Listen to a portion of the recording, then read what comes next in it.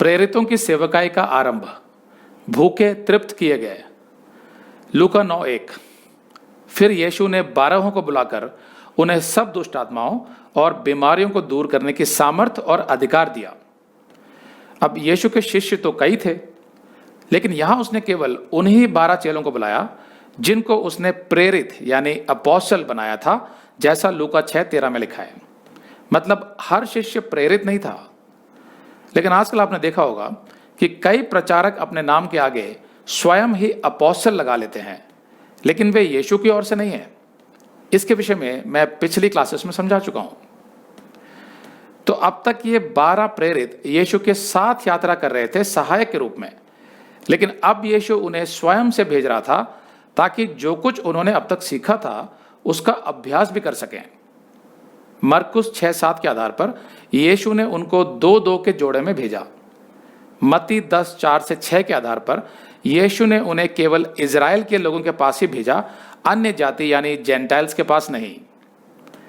लेकिन भेजने से पहले यीशु ने उन्हें उन चीजों से लैस भी किया जो उनके मिशन के लिए आवश्यक थी।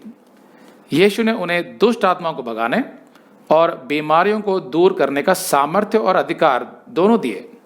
देखिए, सामर्थ्य का मतलब है कि आप किसी काम को पूरा करने की क्षमता रखते हैं, लेकिन जब तक अधिकार ना मिला हो तब तक आपको वो काम नहीं करना चाहिए। इसीलिए यीशु ने अपने प्रेरितों को दोनों दिए, सामर्थ्य भी और अधिकार भी। जब आपके जीवन में दोनों होंगे तब आप निश्चित तौर पर कह सकते हैं कि जो आप कर रहे हैं वो परमेश्वर की इच्छा में है और उसी की अनुमति से आप वो काम कर रहे हैं। दूसरा, और उन्हें परमेश्वर के राज्य का प्रचार करने और बीमारों को अच्छा करने के लिए भेजा। तो यहां प्रचार शब्द का जो यूनानी शब्द है उसका अर्थ निकलता है किसी राजा की ओर से कोई महत्वपूर्ण संदेश देना। और परमेश्वर से बड़ा राजा कौन हो सकता है, और परमेश्वर से महत्वपूर्ण किसका संदेश हो सकता है। तो भले ही प्रेरितों को यीशु ने बीमारों को चंगा करने का सामर्थ्य दिया था, लेकिन उनका मुख्य काम तो था परमेश्वर के राज्य का प्रचार करना। ज्यादातर यहूदी यही अपेक्षा रखते थे कि जब उनका मसीहा आएगा तो वो पूरे इजराइल के लिए स्वतंत्रता, धन संपत्ति और ताकत लाएगा। वे मसीहा से आत्मिक चीजों की उम्मीद कम और भौतिक चीजों की उम्मीद ज्यादा कर रहे थे। सच तो यह है कि यीशु परमेश्वर और मनुष्य दोनों था। मतलब यीशु आत्मिक और भौतिक दोनों का दाता था। लेकिन यीशु लोगों को यह समझाना चाहता था कि भौतिक और सांसारिक से ज्यादा आत्मिक बातों को प्रधानता दो, क्योंकि शारीरिक जीवन तो एक दिन समाप्त हो जाएगा और संसार भी एक दिन नष्ट हो जाएगा, लेकिन आत्मिक जीवन तो अनंत काल का है। इसलिए पहले परमेश्वर के राज की खोज करो जो आत्मिक है, तब जरूरत की सारी वस्तुएं भी परमेश्वर आपको दे देगा, जैसा मत्ती 6:31-33 में लिखा है। यीशु ने शिष्यों को सामर्थ्य दी चमत्कार और चंगाई करने की, लेकिन चमत्कार और चंगाइयां तो मात्र चिन्ह थे कि उन्हें परमेश्वर ने भेजा है और उनका संदेश यीशु की ओर से है जो मसीहा है। पर आज प्रभु के दासों को कैसे पहचाना जाता है? आज उनको बाइबल के आधार पर पहचाना जाता है कि कितनी सच्चाई से वे बाइबल के वचन सिखाते हैं और कितना उनका स्वयं का जीवन वचन पर आधारित है। अगर आप ये संदेश पूरा देखना चाहते हैं तो आप इसे हमारे वेबसाइट hindibiblesteady.com पर देख सकते हैं। यह वीडियो हमारे अक्टूबर के वीडियोस में अपलोड किया हुआ है, तो जिनके पैकेज में भी अक्टूबर का महीना शामिल है उनको यह वीडियो उनके माई अकाउंट में अक्टूबर के वीडियोस में मिल जाएगा। अगर आप हमारे वीडियो फोन पर देख रहे हैं तो अच्छी स्पीड के लिए कृपया गूगल क्रोम या मोजिला फायरफॉक्स ब्राउजर इस्तेमाल करें।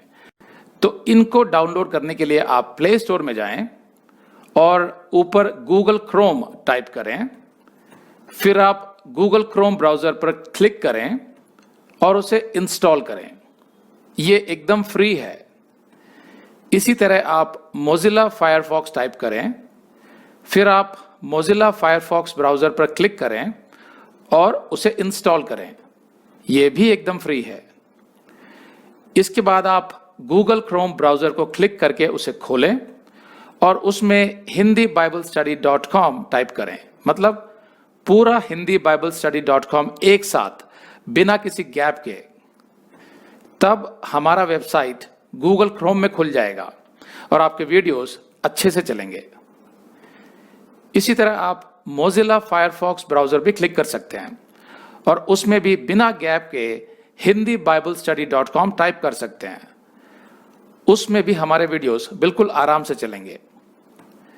इसके अलावा अगर आप चाहें तो बेहतर स्पीड के लिए आप वीडियो के नीचे बने प्ले बार पर सेटिंग्स का चिन्ह दबाकर 240p 240p सेलेक्ट कर सकते हैं, जिससे आपका बहुत ही कम डेटा खर्च होगा। 240 सेलेक्ट करने के बाद आप वीडियो के बाहर कहीं भी क्लिक कर दीजिए, फिर वीडियो को पीछे ले जाकर शुरू से देखिए।